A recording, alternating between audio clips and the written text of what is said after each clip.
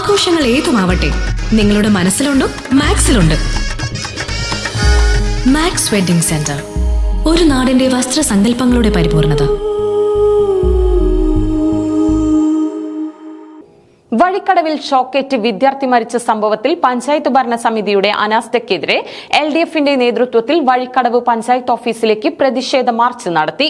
March CPIM polit bureau അംഗം A. Vijayaraghavan ഉദ്ഘാടനം ചെയ്തു.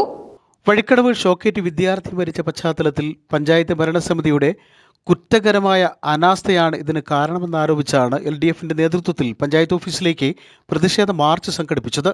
നേതാക്കളും പ്രവർത്തകരും ഉൾപ്പെടെ നിരവധി പേർ പങ്കെടുത്ത മാർച്ച് CPIM പോളിറ്റ് ബ്യൂറോ അംഗം A. വിജയരാഘവൻ ഉദ്ഘാടനം ചെയ്തു.